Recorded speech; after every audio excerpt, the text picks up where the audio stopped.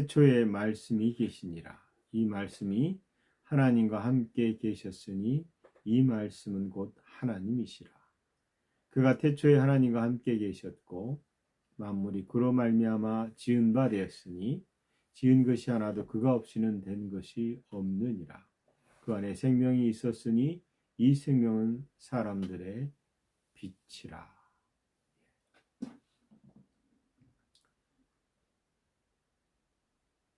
오늘은 오직 예수 그리스도 이 말씀을 하나님 말씀을 나누겠습니다. 제가 에베소서를 진행하려다가 생각을 좀 바꿨습니다. 죄송합니다. 제가 여러분과 늘 나눴던 복음 중에 올해 한 해의 목표를 세운 것 중에 하나는 우리가 어떤 복음을 가지고 있고 어떤 생명을 가지고 있고 어떻게 이 땅을 살아갈 것인가에 대한 것을 좀 세워보자.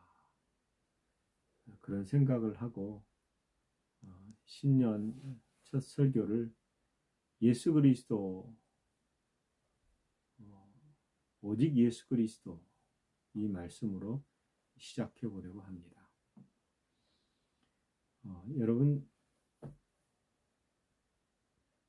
올 한 해는 격동의 한 해라고 저는 생각합니다. 새로운 정부가 들어선 다음에 수많은 일들이 겪어지고 있고 그런 가운데 교회가 어떻게 하나님 앞에, 세상 앞에 서 있어야 되는가 고민을 할 수밖에 없습니다. 여러분, 이런 가운데서 먼저 우리가 해야 될 것은 담대하는 것, 두려워하지 않는 것, 염려하지 않는 것. 우리 눈앞에 다가오는 현실에 우리가 정말 어떻게 살아야 될지 그런 일들이 닥치게 된다라는 겁니다. 물론 우리는 빛이고 우리는 이 땅의 소금입니다. 그런데 빛과 소금을 감당하려고 할 때에 중요한 것은 우리의 위치입니다. 내가 왜 예수 그리스도를 믿는가? 내가 왜 예수님을 또 하나님을, 성령님을 의지하는가? 여기에 좀 생각을 맞춰서 오늘 말씀을 예수 그리스도에 대해서 좀 나눠보자 싶었습니다. 여러분, 성경에는 십자가를 중심으로 한 하나님의 복음이 있습니다. 그리고 바울이 이 복음을 깨닫고 난 대로 그는 나는 십자가만 자랑하겠다라고 말했습니다. 십자가를 자랑한다라는 말은 십자가 목걸이나 십자가를 이렇게 크게 가지고 있는 것을 얘기하는 게 아니지 않습니까? 여러분도 잘 알 겁니다. 그러나 사람들은 대부분 십자가 그러면 예수 그리스도의 고난을 주로 떠올립니다. 그러나 십자가는 항상 예수 그리스도, 그분의 죽음과 고난과 고통과 그리고 부활과 승천과 보좌 앞에 안침받은 하나님 보좌 앞에 안침받은 영화를 가지고 있습니다. 그리고 십자가는 우리에게 새로운 길을 제시한다라는 겁니다. 어느 시점에서 예수님이 육신을 입고 나타났죠. 여러분, 그 예수 그리스도가 어느 시점 유대인의 작은 베들레헴에서 사람의 모양으로 어린아이로 태어났습니다. 그런데 오늘 본문은 그 예수님을 어떻게 소개하는가라는 겁니다. 태초에 말씀이 계시니라. 이렇게 요한은 시작합니다. 그리고 이 말씀이 하나님과 함께 계셨으니 이 말씀은 곧 하나님이시니라 이렇게 또 얘기합니다. 그러면서 그가 태초에 하나님과 함께 계셨고 만물이 그로 말미암아 지은 바 되었으니 지은 것이 하나도 그가 없이는 된 것이 없느니라 이렇게 합니다. 잘 보십시오. 태초의 말씀은 예수님이십니다. 그리고 이 예수님은 곧 또 하나님이시기도 합니다. 헷갈리잖아요. 그죠? 이게 뭔 소리야? 그런데 이 말씀인 예수님이 세상을 지었다라고 말합니다. 여러분, 이 세상을 지은 바 된 그 창조 이야기는 창세기 1장에 있습니다. 모세도 이 창조하는 것을 볼 수가 없었습니다. 왜요? 창조는 오직 하나님만이 하셨기 때문이고 그것을 본 사람은 아무도 없습니다. 그런데 그것을 모세는 영감을 통해서 기록했고 그 창조의 6일 창조 사건 안에 예수님이 계셨고 성령님이 계셨다라는 겁니다. 그래서 이 예수님인 이분은 말씀이시고 말씀이 세상을 지었다라고 말하는 것입니다. 그리고 그 말씀이 육신이 되어 우리 가운데 나타나셨습니다. 태초에라고 말할 때 태초라는 것은 시간의 시작이잖아요. 그 시간의 시작 전에도 세상이 아닌 하나님의 신비 가운데 전혀 다른 세계가 있었다라는 겁니다. 그리고 이 창세전에 대해서 우리는 전혀 알 수가 없습니다. 그런데 하나님이 창세전에 이 세상을 만들기 전에 하나님이 우리를 향한 계획이 있었다. 이렇게 성경은 말하고 있다라는 겁니다. 그리고 성경이 말하는 우리를 향한 이 일의 세 가지가 있는데 첫 번째는 하나님의 계획 가운데 아들에게 생명을 주셨다라고 말하고 있습니다. 요한복음 5장 26절에 아버지께서 자기 속에 생명이 있음 같이 아들에게도 생명을 주어 그 속에 있게 하셨고 라고 얘기합니다. 그 다음에 이 생명을 또 우리에게 주시겠다라는 약속을 이미 창세전에 하셨습니다. 영생의 소망을 위함이라. 이 영생은 거짓이 없으신 하나님이 영원전부터 약속한 것인데 우리를 향해 생명을 주겠다 그랬을 때에 어느 시점인 이 인간의 역사 가운데서 약속한 것이 아니라 창세전 영원전부터 하나님의 약속이었다라는 거예요.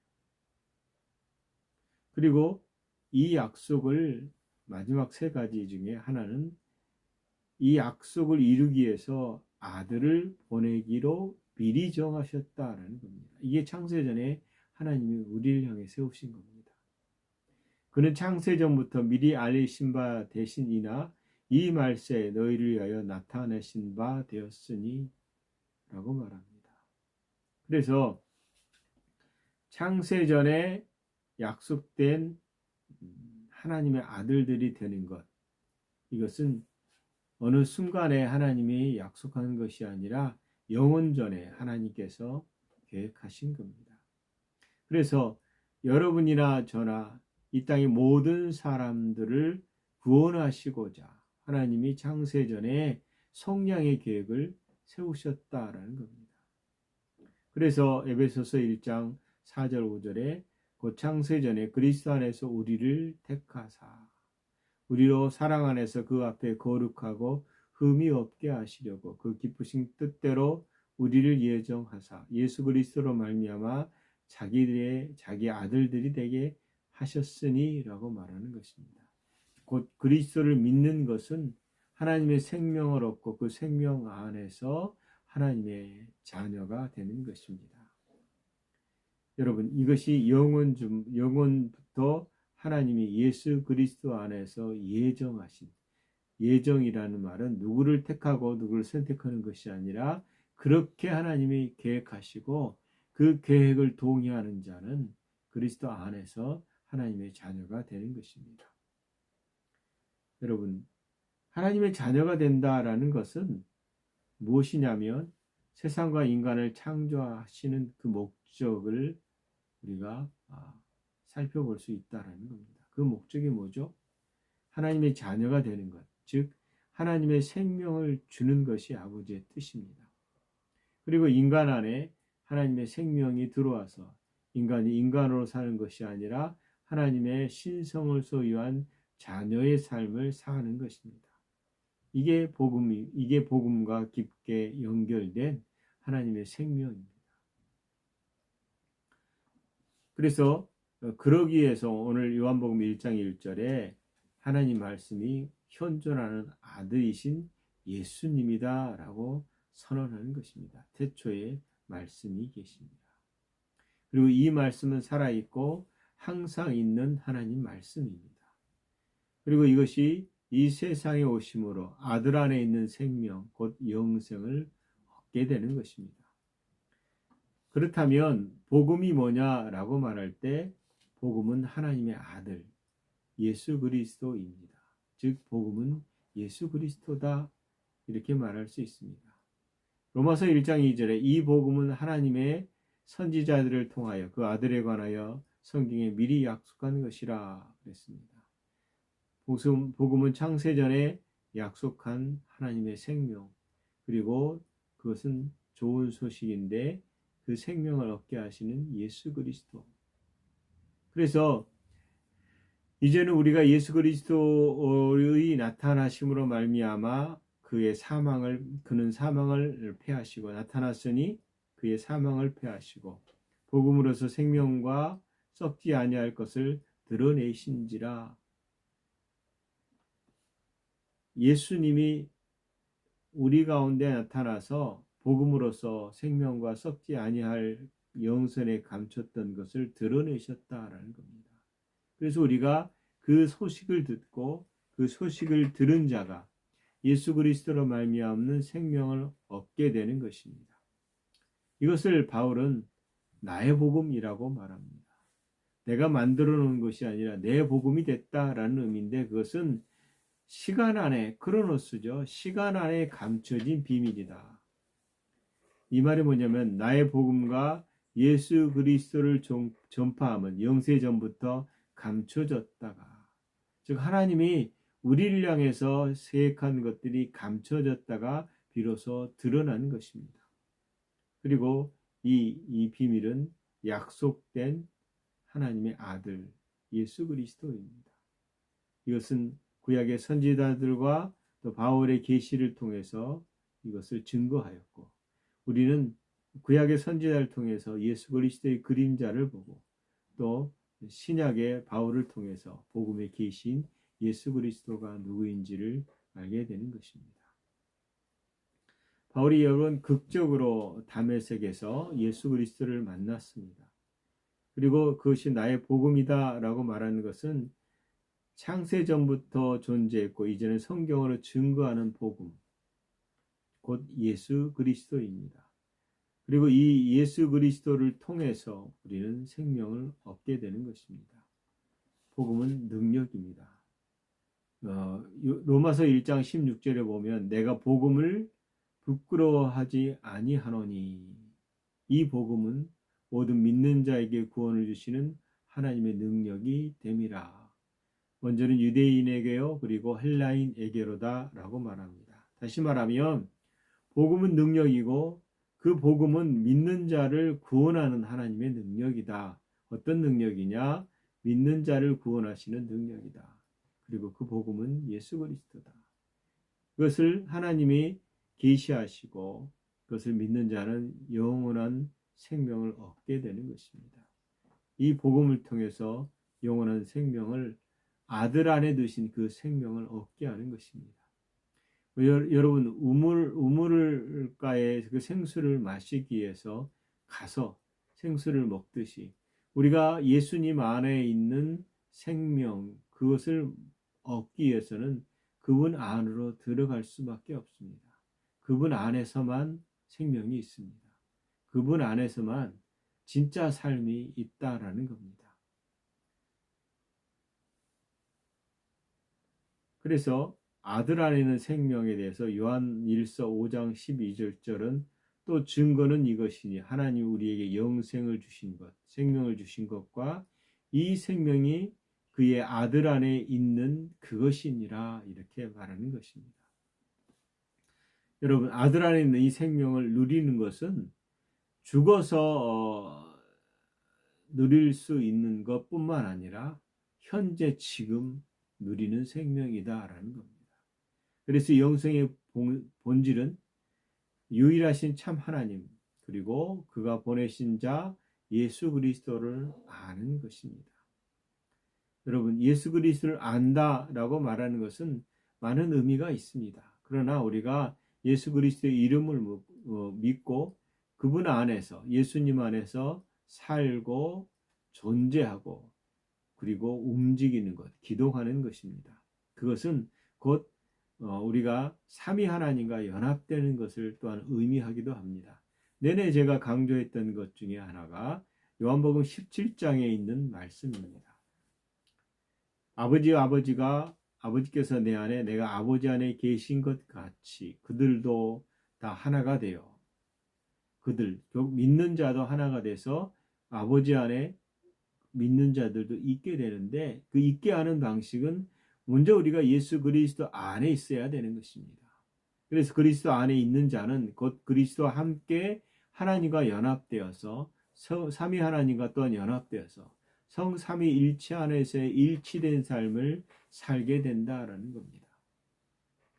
우리의 의식은 어떻게 시작되고 우리의 마음은 어떻게 형성되는가? 그것은 다른 것이 아닙니다. 그리스도 안에서 있어야 되는 것이죠. 우리는 대부분 우리의 사고 체계를 이 세상을 따라서 이렇게 만들어 놨습니다. 많은 의식도. 여러분, 제가 놀라운 얘기 중에 하나가 지금 일론 머스크라는 미국의 유명한 경영주 있죠. 지금 거기가 있는 일론 머스크의 실험 중에 어떤 실험이 있냐면 인간의 뇌 중에 뉴런이 있습니다. 누런이라고 그러나요? 이게 우리의 생각과 뭘 확장하고 사고하는 데 많은 영향을 끼치는 기구인데 이 두뇌에 있는 뉴런 신경을 컴퓨터와 연결을 할 수 있다라는 그런 실험을 했다라는 거죠. 그리고 그게 진행되는데 그래서 우리가 생각을 하면 여러분 이 생각이 어디로 화면에 나타난다라는 거예요. 이게 현재 지금 거의 가능하다. 다시 말하면 우리가 생각하는 현실, 상상했던 것들이 현실에 나타날 수 있다라는 거예요. 이게 이제 우리가 말하는 뉴턴의 물리학이 이 본래 물리학의 전부였습니다. 그런데 물리학이 진행되면서 물리학에서 설명이 안 되는 많은 현상들을 어떻게 이거를 얘기해야 될 것인가가 물리학자들의 고민이었습니다. 그리고 그 고민의 해결은 양자 물리학입니다. 양자 물리학은 정말 규정하기가 아주 애매한데 물리학은 물리적, 즉 상대적인 이 물질과 연결되어 있는 모든 것을 합리적으로 영향을 끼치고 받고 하는 이런 것을 현상을 데이터화할 수 있는 겁니다. 그런데 양자 물리학은 데이터화할 수가 없다라는 거예요. 물리학에서의 최고는 결국은 물질과 연결되어 있었는데 양자 물리학은 에너지입니다. 그래서 양자 물리학을 통해서 우리는 편재, 여기도 있고 저기도 있다라는 하나님의 편재가 증명되는 것이고 그것이 이제 우리 삶 가운데 다가와서 심지어는 우리의 생각을 조정하고 남의 생각도 알아내고 이런 것들의 현상들이 일어난다라고 얘기합니다. 제가 그 얘기를 듣고 가만히 생각해 봤습니다. 여러분, 영의 영역과 혼의 영역이 있습니다. 그런데 이 보이지 않는 세계가 혼을 컨트롤한다? 무서운 일이거든요. 그런데 이 양자 물리학을 통해서 인류가 굉장한 위협을 받고 지식의 증가는 결국 하나님을 대적하는 쪽으로 갈 수밖에 없다라는 겁니다. 이런 시대에 우리가 어떻게 살아야 되는가라는 거죠. 우리가 지금 AI라고 하는 많은 도구들이 생겼습니다. 제미나이, 챗GPT, 클라우드. 정말 다양한 이 것들이 나중엔 통합돼서 하나로의 AI가 형성된다고 말합니다. 문제는 뭐냐면 이 AI의 치명적인 약점은 인류의 모든 지식을 가지고 있는 것인데 인류의 모든 지식 중에 하나님을 알아가는 계시의 지식은 많지가 않아요. 대부분 하나님을 대적하는 지식으로 가득 차 있고 이미 AI가 많은 거짓말의 정보들을 스스로 학습해서 만들어낸다라는 거예요. 그리고 그것에 사람들이 현혹될 수도 있고 또 예를 들어 제가 쓰는 AI들이 있는데 그 AI가 저를 아부하거나 저의 입맛에 맞게 어떤 답안을 만들어내서 자료를 제공했을 때 그 자료는 심각한 불규정을 가질 수도 있다라는 거예요. 그래서 출처를 확인하고 진짜인지 가짜인지를 확인해야 되는 일이 이 통계 안에서도 기대 안에서도 벌어지는 것이죠. 이런 시대에 가장 중요한 것은 우리가 얼마만큼 그리스도 안에서의 우리의 분별된 정체성을 세우느냐라는 겁니다. 여러분 왜 삽니까?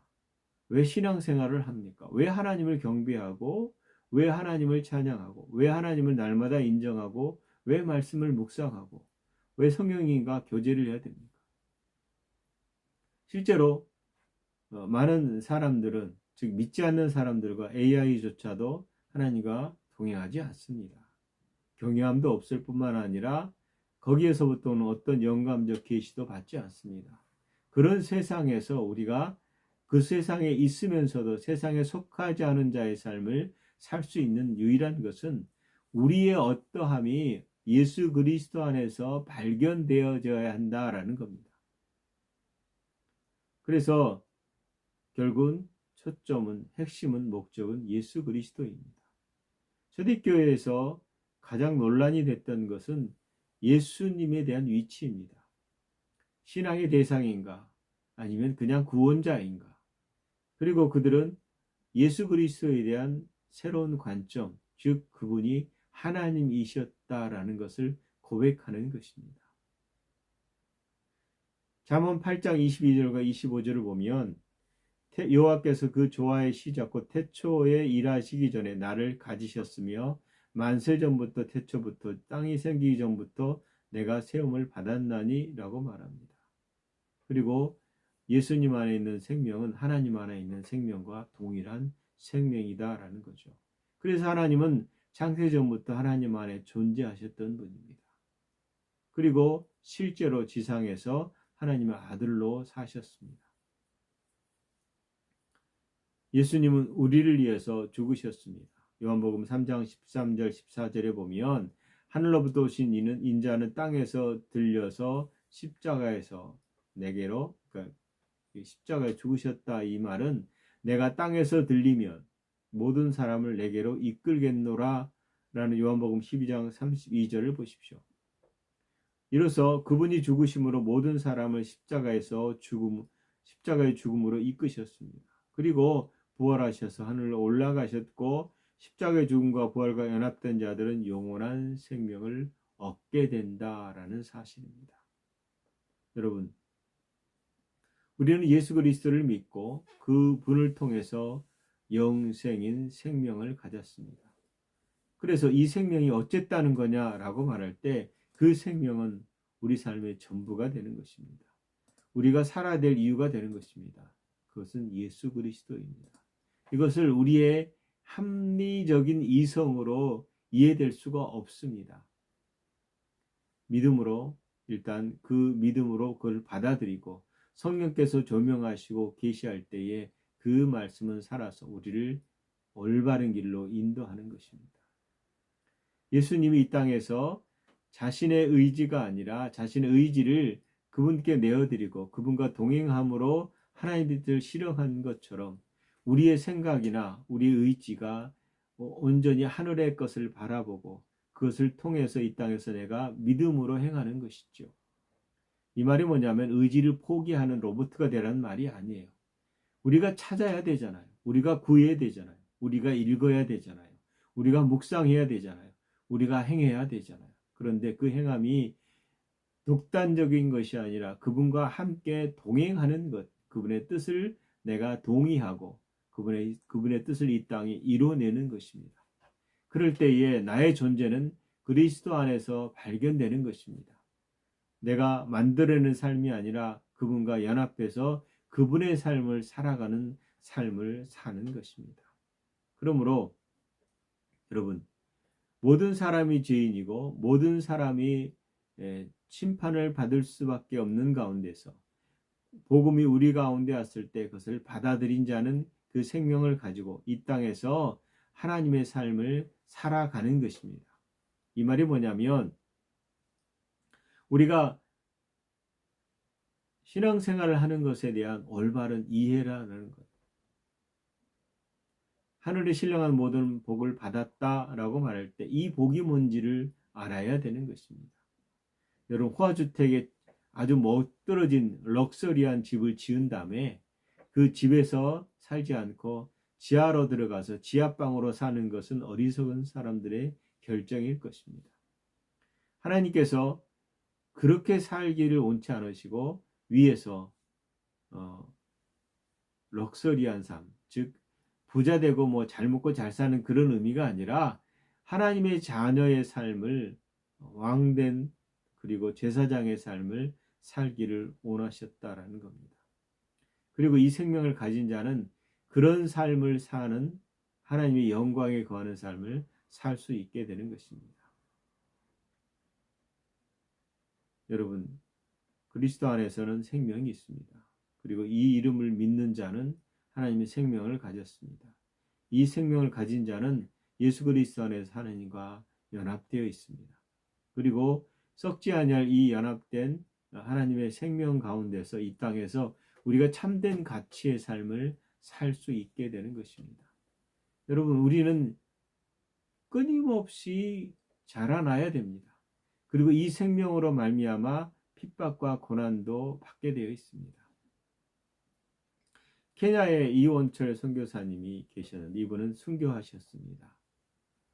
케냐에는 제가 들어보기는 이슬람이 거의 90%라고 합니다. 그리고 이 이슬람 세력들이 기독교인들을 끊임없이 공격하고 그러는데 이분에 대해서 케냐 이슬람이 아예 완티드라고 지명 수배자로 올려놨어요. 그리고 이 사람을 잡아오면 현상금을 주겠다라는 현상금까지 걸어놨어요.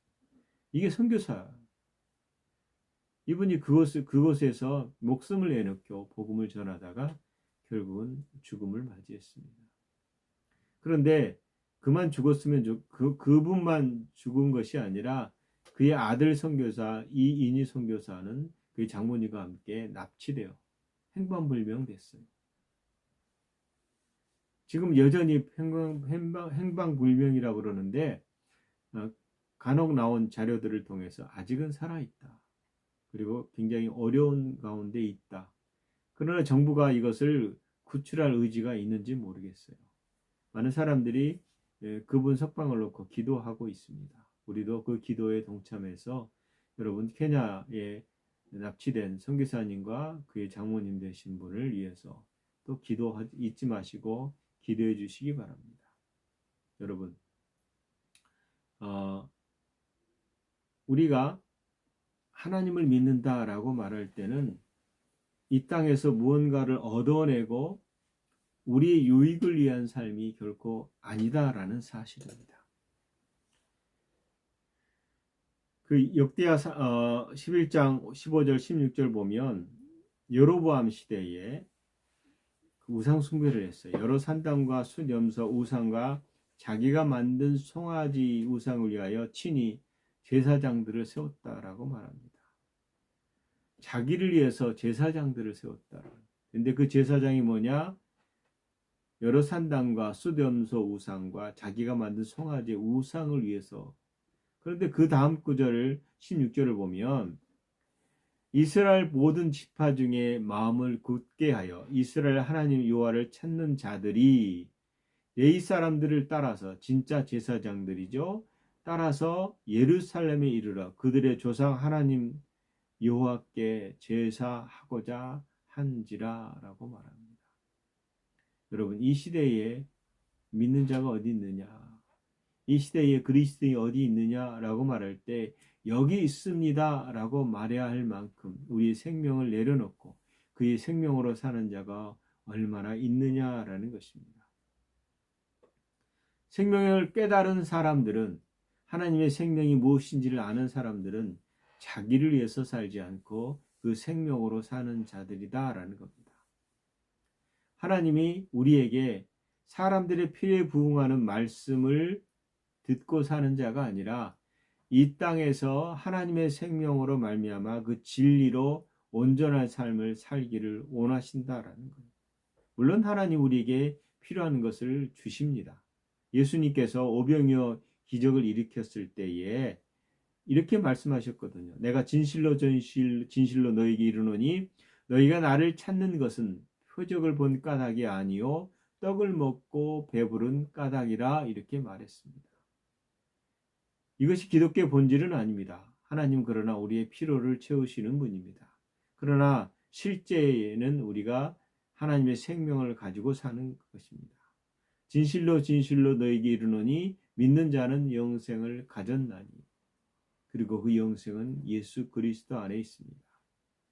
제가 더 많은 이야기를 하고 싶지만 예수 그리스도 안에 본질적으로 그 생명을 가지고 사는 것을 오늘 핵심으로 얘기하고 싶습니다. 예수 그리스도가 우리의 삶의 전부입니다. 그 안에서 우리를 발견해야 되고 그 안에서 삶을 얻어야 되고 그 안에서 기동하는 것이 그리스도인의 삶이다라는 겁니다. 예수님은 분명히 말했습니다. 사마리아 여인에게 말씀하신 거죠. 이 물을 마시는 자마다 다시 목마르리니와 내가 주는 물을 마시는 자는 영원히 목마르지 아니하리라. 이 땅에서 하나님을 제껴두고 예수님을 믿으면서 예수님을 제껴두고 내가 뭔가를 노력해서 얻으려고 하는 것, 즉 행복과 평안함과 온전함과 삶의 진짜의 목적의 가치를 찾으려고 할 때 그는 다시 목마를 수밖에 없습니다. 여러분, 그리스도 안에서 끊임없이 그것을 인정하시고 내가 그리스도 안에 있다라는 사실을 날마다 인식하시고 고백하시고 예수님이 전부입니다. 하나님이 전부입니다. 성령님이 전부입니다. 그분 안에서 내가 안식을 얻고 그분 안에서 삶의 위로를 얻고 그분 안에서 힘을 얻습니다. 예수님 나를 인도하소서라는 고백을 하십시오. 그래서 예수님 안에서 그 언약 백성으로 그 생명의 충만함을 입고 양으로 생명을 얻고 더 풍성히 얻겠다고 얻을 것이라고 말한 그 풍성한 얻음이 우리 육체 가운데 우리 삶 가운데 나타나기를 예수 그리스도 이름으로 축원합니다. 기도하겠습니다. 하나님 말씀으로 말미암아 우리를 구원하시되 말씀 우리의 빛이요 우리의 생명입니다. 그 말씀이 곧 예수님이신 것을 감사를 드립니다. 오직 내가 예수 그리스도를 통해서 생명을 얻었을 뿐만 아니라 예수 그리스도 안에서 하나님을 아바 아버지라 부르게 하시고 그 안에서 연합되어 한 가지의 삶, 즉 그리스도 안에서 연합된 예수 그리스도의 삶을 살게 하시니 감사합니다. 하나님 이 진리가 우리 안에서 우리의 생각 가운데서 우리 삶 가운데서 확고하게 자리를 잡고 흔들리지 않는 믿음의 삶을 살아가게 하시옵소서. 예수님 이름으로 기도합니다. 아멘.